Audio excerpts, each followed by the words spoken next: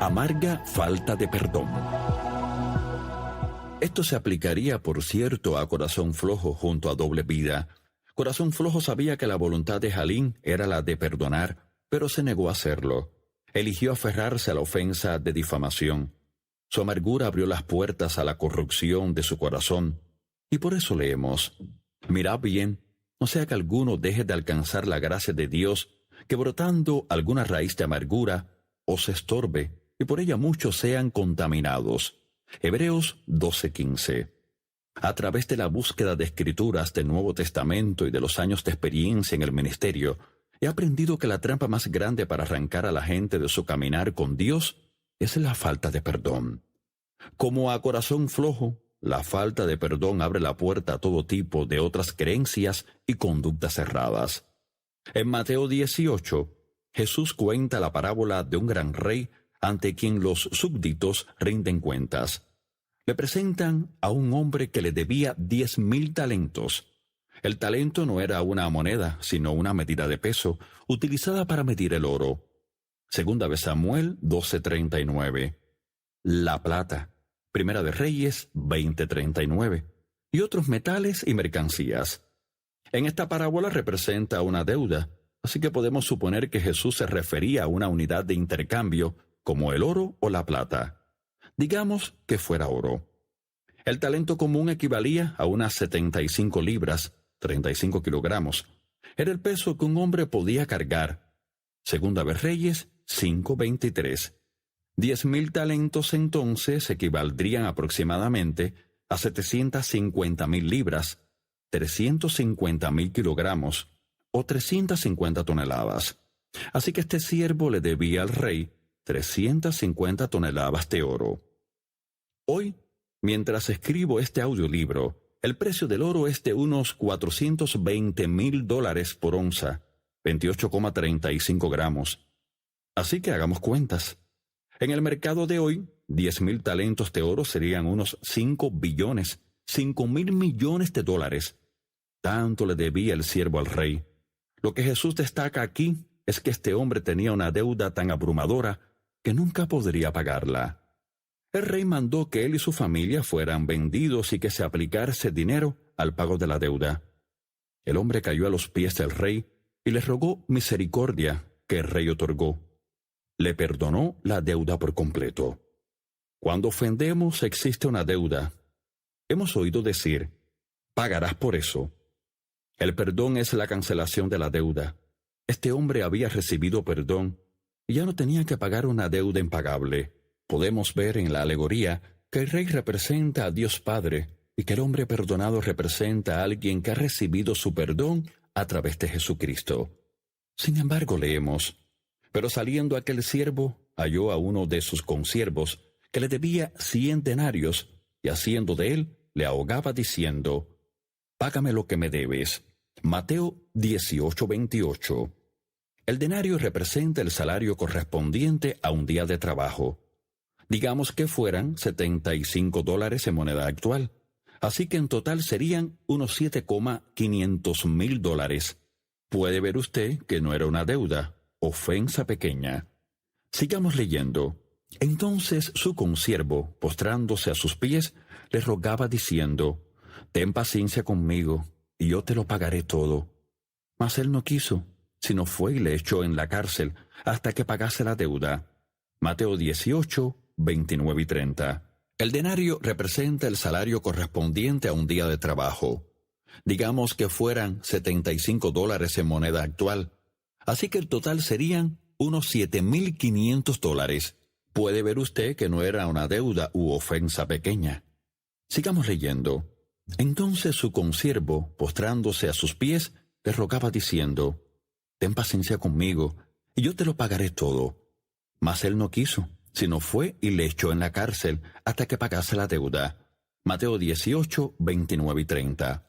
Un consiervo le debe $7,500, pero este hombre a quien se le perdonó la deuda de 5 billones, o sea, 5,000 millones de dólares, no lo libera.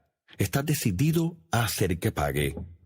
Es importante que notemos que las ofensas que podamos tener unos contra otros, comparadas con nuestra ofensa original contra Dios, se puede comparar con la deuda de $7,500 contra la de 5 billones, o sea, 5,000 millones de dólares. No importa cuán mal hayamos sido tratados por otros, jamás podremos compararlo con nuestras transgresiones contra Dios. Quizá usted sienta que nadie sufre más, que a nadie han ofendido más, pero no toma conciencia de lo mal que fue tratado Jesús.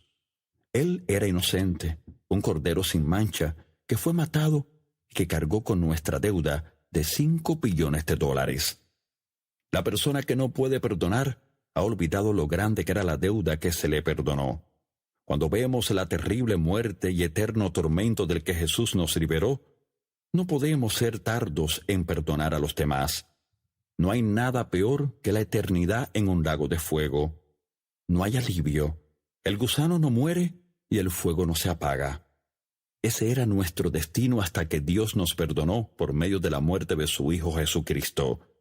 Si una persona no puede perdonar, es porque no toma conciencia de la realidad del infierno y no ha comprendido el amor de Dios. Sigamos con la parábola. Viendo sus consiervos lo que pasaba, se entristecieron mucho y fueron y refirieron a su señor todo lo que había pasado. Entonces, llamándole su señor, le dijo: «Siervo malvado, toda aquella deuda te perdoné, porque me rogaste. ¿No debías tú también tener misericordia de tu consiervo, como yo tuve misericordia de ti?» Mateo 18, del 31 al 33. Hay 3 puntos principales en estos 2 versículos que yo quisiera destacar. Primero, el siervo que no quiso perdonar es entregado para que le torturen. En segundo lugar, ahora tiene que pagar la deuda original, las 350 toneladas de oro. Y en tercer lugar, esto es lo que Dios Padre le hará a cualquier creyente que no perdone la ofensa de su hermano. Veamos brevemente cada uno de estos puntos. Ante todo, la palabra tortura significa la acción de infligir extremo dolor, agonía de cuerpo o mente, y torcer modificando una posición normal. El torturador es quien inflige la tortura. El creyente que se niega a perdonar será atormentado por espíritus demoníacos. Los torturadores tienen permiso para infligir tanto dolor y agonía de cuerpo y mente como quieran.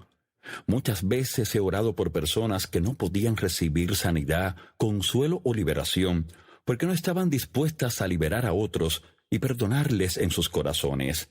Esto casi siempre lleva al enojo y la ofensa hacia Dios. Contaminada ya su fe, su final será fatal si no hay arrepentimiento y perdón. En segundo lugar, este siervo que no perdona ahora tiene que pagar esa deuda original, impagable. Ahora se le exige que haga lo imposible. Es la deuda que Jesús pagó en el Calvario. Es posible que esto le mortifique, pero oiga lo que dice Jesús en otro relato. Y cuando estéis orando, perdonad, si tenéis algo contra alguno, para que también vuestro Padre que está en los cielos os perdone a vosotros vuestras ofensas. Marcos 11:25. Ve a quién le habla Jesús aquí. Observe sus palabras. Vuestro Padre que está en los cielos. Dios no es Padre del pecador, es Dios del pecador y Padre del creyente. Además, los pecadores no oran, así que es claro que se dirige a los hijos de Dios. Sigamos, porque si vosotros no perdonáis, tampoco vuestro Padre que está en los cielos os perdonará vuestras ofensas. Mateo 11:26. No es posible mayor claridad, lo cual nos lleva al tercer punto. Tendremos que pagar esa deuda impagable si nos negamos a perdonar.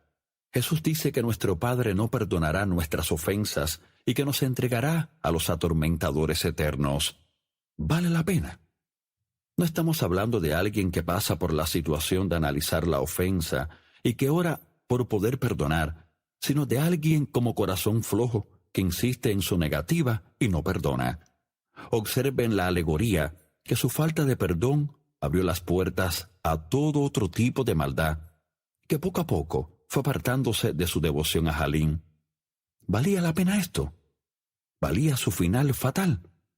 Es por eso que el escritor de Hebreos nos dice con tal énfasis que nos examinemos con atención y nos apartemos de toda forma de amargura, porque a causa de esta, muchos serán contaminados. Ahora podemos entender las palabras de Jesús respecto a los últimos días de la Iglesia.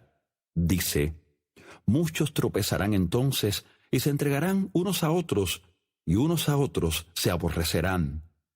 Y por haberse multiplicado la maldad, el amor de muchos se enfriará. Mas el que persevere hasta el fin, éste será salvo. Mateo 24:10, del 12 al 13. Vea que no son unos pocos, sino muchos los que tropezarán en los días en que vivimos. La palabra muchos significa una cantidad extensa, muy grande o un gran número. La ofensa o falta de perdón llevará a la desobediencia y la maldad, y el amor de muchos se enfriará. La palabra griega para amor es ágape, que describe el amor que Dios derrama en el corazón de los cristianos en el momento en que son salvos. Jesús no habla de impostores, porque nunca han recibido de veras el amor de Dios. No, habla de creyentes verdaderos, porque observe que dice, mas el que persevere hasta el fin, éste será salvo. No le diríamos a un pecador o a un impostor que si persevera hasta el fin será salvo, porque ni siquiera ha dado el primer paso en la carrera.